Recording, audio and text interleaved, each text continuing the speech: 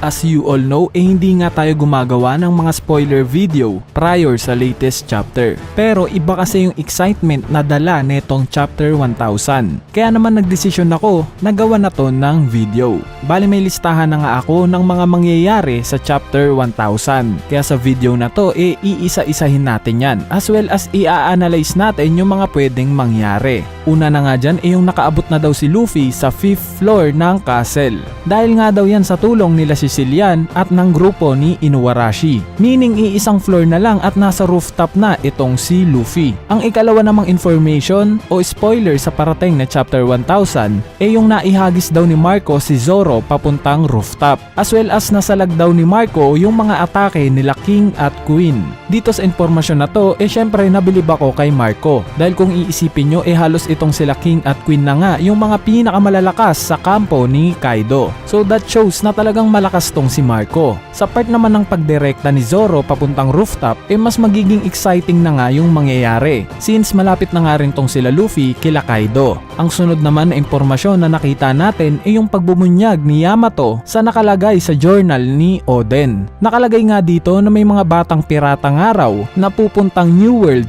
in 20 years. Syempre alam naman nating lahat na yung tinutukoy sa journal ni Oden yung 11 supernovas na currently mga nasa Onigashima na nga ngayon. At ang pinakamalaking pasabog nga sa spoilers na itong chapter 1000 yung paghaharap daw nila Luffy, Zoro, Trafalgar Law, Eustace Kid at Killer laban kila Big Mom at Kaido. Dito masisense natin yung vibes nung parang nangyari sa movie na One Piece Stampede, 'di ba? Kasi personally nung nakita ko tong spoiler na to at nalamang yung 5 sa mga supernovas finally nakarating na rin sa rooftop nag-recall kagad sa akin yung time na napanood ko yung Stampede. Dahil in reality oo nga naman. Sino ba namang karakter ang kaya si Kaido ng one-on-one, 'di ba? Pero gaya nga ng mga nasabi ko sa mga past theories natin naniniwala pa rin akong kayang matalo ni Luffy itong si Kaido. Pero naniniwala akong pagtutulungan muna siya ng ibang karakter. Kumbaga dapat may fatality or injury si Kaido bago siya matalo ni Luffy. Anyway, sa part naman ni Zoro na nakaharap na rin niya sila Kaido at Big Mom, ito yung isa sa mga low-key na reunion na inaabangan ko. Kasi finally makikita na ulit ni Kaido yung espada na sumugat sa kanya 20 years ago. At yung tinutukoy ko nga yung Enma. So sa mga next chapters i-expect na natin yung pinakamaangas at pinakamalupit na Zoro na makikita natin sa buong buhay natin. Syempre hindi na biro itong mga kalaban ni Zoro ngayon at alam niya rin naman yan, 'di ba? In fact, during Zoo Arc nga isa tong si Zoro na tumutol sa pagpunta ni Luffy sa Whole Cake Island para puntahan si Sanji. Bakit? Dahil alam nga ni Zoro kung gaano kalakas ang isang emperor. So that shows na naiintindihan ni Zoro kung gaano kalakas sila Big Mom at Kaido. Kaya sa napipintong laban ni Zoro kila Big Mom at Kaido obviously ipapakita na sa atin ni Zoro yung iba pa niyang natutunan kay Dracul Mihawk. At syempre possible na ipakita rin sa atin ni Zoro yung full potential ng lakas ng Enma. Dagdag ko lang guys marami na nga nagsisirculate na theories na si Zoro daw yung makakapatay kay Kaido. So ito na yung time para mapatunayan ni Zoro kung kaya na ba talaga niyang tumapat sa isang emperor to the point na kaya niya tong mapatay. Anyway, sa mga nabanggit ko ang karakter na tatapat kila Big Mom at Kaido kabilang dito si Trafalgar Law. Marami ngang nag-iisip lalo na yung mga bagong viewers ng One Piece na bakit hindi na lang daw gamitin ni Trafalgar Law yung Devil Fruit niya para kuhain yung puso o ulo ni Kaido para tapos na kagad yung laban, 'di ba? Bali papaliwanag ko lang guys yung haki nga ng isang tao ang pinakamalakas na counter sa isang Devil Fruit user. For example, yung mga Logia type Devil Fruit users. Inexplain nga ni Rayleigh na kapag gumamit ka ng armament haki, kaya mo nang masaktan o mahawakan yung mga Logia Devil Fruit users at magiging intangible na sila. So that means kapag mas malakas kay Trafalgar Law yung haki ng nakakalaban niya, hindi niya to kayang gamitan ng Devil Fruit ability niya. Isa pang ang patunay dito yung time na nagkalaban sila Vergo at Trafalgar Law. Diba nung time na yon sinabi ni Doflamingo kay Law na kaya daw ingatan ni Vergo yung sarili niya. Even sa kakayanan pa daw ng Devil Fruit ni Law. Meaning nag-i-imply lang niya na tiwala si Doflamingo na mas malakas yung haki ni Vergo kesa kay Law. Pero na-underestimate nga ni Doflamingo si Law. Kaya nakuha pa rin ni Law yung puso ni Vergo at pinatay ito. Anyway, ang dalawa pa nga sa lalaban kila Big Mom at Kaido sila Killer at Eustace Kid. Bali out of 5 na lalaban kila Kaido, dito ako pinaka-excited sa dalawang to, lalo na kay Eustace Kid.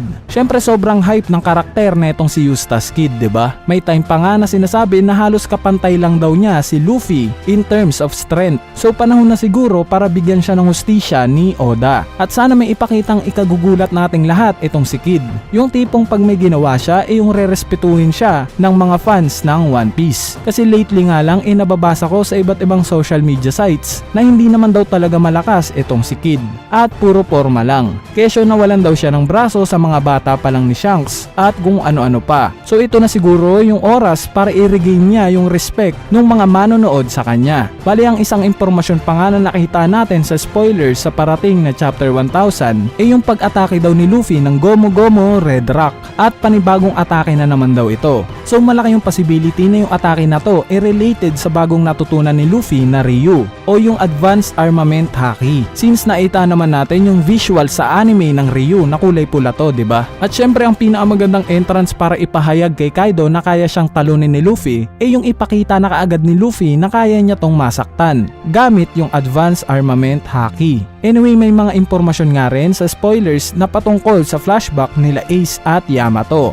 as well as yung patungkol sa mga scabbards. Syempre pag-uusapan na lang natin yan sa mismong chapter review natin para mas ma-analyze natin ng detailed. So sa pagtatapos nga ng video na to gusto ko lang sabihin na sa tinagal-tagal na itong Wano arc finally malalabanan na rin nila Luffy at Zoro, sila Kaido at Big Mom. Imagine, sobrang tagal at sobrang dami ng hinintay nating chapters makita lang tong laban na to. So sana lang i-appreciate natin si Oda sa ginagawa niyang to, since napakahirap ngang bumuo ng napakalawak na mundo ng isang anime.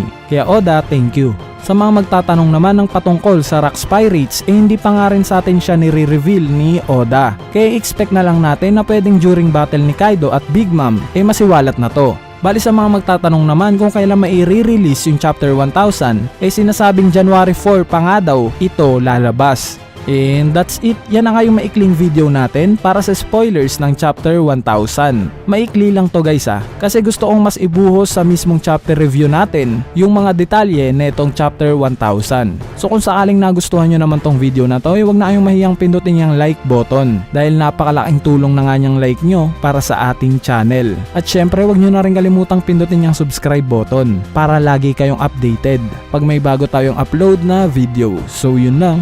Peace!